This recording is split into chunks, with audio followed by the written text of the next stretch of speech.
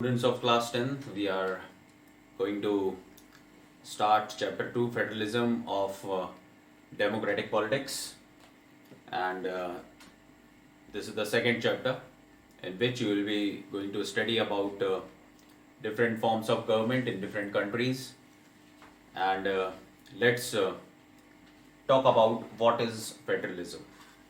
So for this, what we have to do, let me read the chapter from NCERT book. You all are also having that NCERT book, so I am going to read from this page first, chapter 2, and in this page 1, we are going to see from the left side what is federalism. Let us get back to contrast between Belgium and Sri Lanka. So, in the first chapter of this democratic politics, we have studied about power sharing in Sri Lanka, in Belgium. And in Belgium, we have studied that before 1993, there was the separation of the government or the division of power between those two regions of Wallonia and Flemish region. Separate regional governments were formed there, and there was a central government which was going to control the whole country. So in this way, the power was shared between the regional governments and the central government. Before 1993, in this type of system, political system, the central government, they pass on orders to the regional government, and the central government can withdraw the regional government in an arbitrary manner, as and when they wish. So this is a type of unitary form of government in which the central government is having more powers, or directly speaking, it can pass on orders to the regional or state or provincial governments. But afterwards, when we see that there was still some more Cold War or disputes going on between the French people and the Dutch speaking people, then after 1993, it was decided that this unitary system of government was going to be now converted to federal form of government. It means federal political system was adopted by the leaders of Belgium after 1993, just to maintain peace among these two different communities, which were Dutch speaking and the French speaking people. But if we see the system, the political system in Sri Lanka, we see there that central government was passing on orders to its various different regions, and there was a unitary political system existing in the country Sri Lanka. And what we have seen there, because of this system, unitary system, there was a lot of confusion or disputes which went on between the Tamil people and the Sinhalese people. And in the end, the result was civil war, right? Now let's see what is actually federalism. So I'll read it for you from this first page, right side. Federalism is a system of government in which the power is divided between central authority and various constituent units of the country. So in federal system, what happens that the power is divided between the central authority and the various constituent units, means like in Belgium, there were two different regions, so regional governments were formed. In India, if there are different states, then the power is divided between state governments, like this. And in some of the countries, there are some provinces, so the provincial governments are formed there. So the power is divided between the central and the regional, state or provincial governments.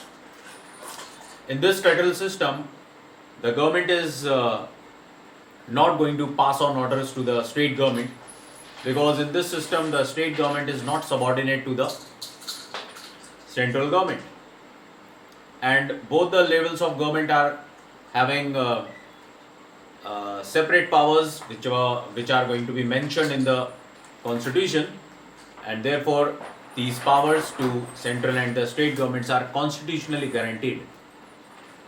So out of 192 countries in the world, about 25 countries in the world are having this federal political system, and about 40% of the total world's population is in these 25 countries, and therefore we can say that in big large countries federal political system is very successful to maintain peace, and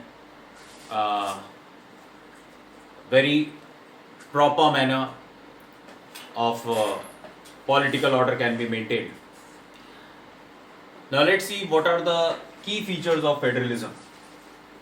So there are about 7 key features of federalism. Number 1, in federal form of government, but before that I want to also tell you about unitary political system. What is it that? So before studying about these key features, let's see what is unitary form of government. In unitary form of government, as we have seen in Sri Lanka also, unitary form of government is that in which the central government can pass orders to the state, provincial or regional governments, and these regional or state governments are subordinate to the central government, right, which does not happen in the federal political system. So let's see the key features of federalism. Number 1 feature, that there are 2 or more than 2 levels of government in a federal country. Like in India, we are having central government, state government and local governments. Secondly, the second feature of federalism is, I'll read it for you. Different tiers of government govern the same citizens. This means the different levels of government are going to rule over the same citizens. Okay, like in a state government, the people are same, and the central government also, it is ruling the same people. But each tier has its own, means each level of government has its own jurisdiction. So what do you mean by this jurisdiction actually? Jurisdiction means that this is the area that the government has legal authority, in which the government, a particular level of government is having legal authority. This area may be on the basis of geographical boundaries, like the state government is only going to make laws, rules and regulations for its own state. On the other hand, the central government is going to frame policies and laws for the whole country. This means the geographical boundary for the central government is the whole country's boundary. And items or in terms of certain kinds of subjects. On the other hand, this area may be also related to certain subjects. Like for example, the central government is going to make policies in certain subjects only, like assigned to it, like that of defense, banking, okay, foreign affairs. All these type of subjects are of central government's list, in which it can frame its own policies or laws. On the other hand, the state level government is going to be given certain different subjects, like that of irrigation or with this agriculture, police, okay. So all these type of subjects are given to the state level government to make policies in that. So this is what do we mean by jurisdiction, and this jurisdiction is that area, okay. The laws and policies will be framed in different subjects. Afterward it is written, but each tier has its own jurisdiction in specific matters. You can see here, specific matters. So what the matters are like that of legislation, making laws, taxation, to collect the revenue from the public by taking taxes, and administration, okay, to maintain the political order. So all this, to maintain all these three matters, subject matters, the rules and regulations are made by different levels of government. Then third point or key feature is the jurisdictions of the respective levels of tiers of government are specified in the constitution. So the jurisdictions or the area under the control of a state level or the central level of government are constitutionally guaranteed because it is already mentioned in the constitution. After that, fourth point is the fundamental provisions of the constitution cannot be unilaterally changed. Whatever type of fundamental provisions are written down in the constitution, these provisions of the constitution cannot be changed by a single government. If required, then the consent of both the levels of government is very, very important. Fifthly, the fifth key feature is that if there is any type of dispute among the central or the state level of government, then the Supreme Court becomes the umpire to solve their dispute, because the Supreme Court is the interpreter of the constitution. Then sixth point is sources of the revenue for each level of government are clearly specified to ensure its financial autonomy. So the revenue which the government gets is from taxes, because whatever type of policies are to be made by the government, these policies or some programs or projects which are started by the government need funds for it. So this fund is actually raised from taxes. So this taxation policies can be made by both the levels of government, central and state level, in their own areas. Okay, and with financial autonomy, means nobody is going to interfere in their taxation policies.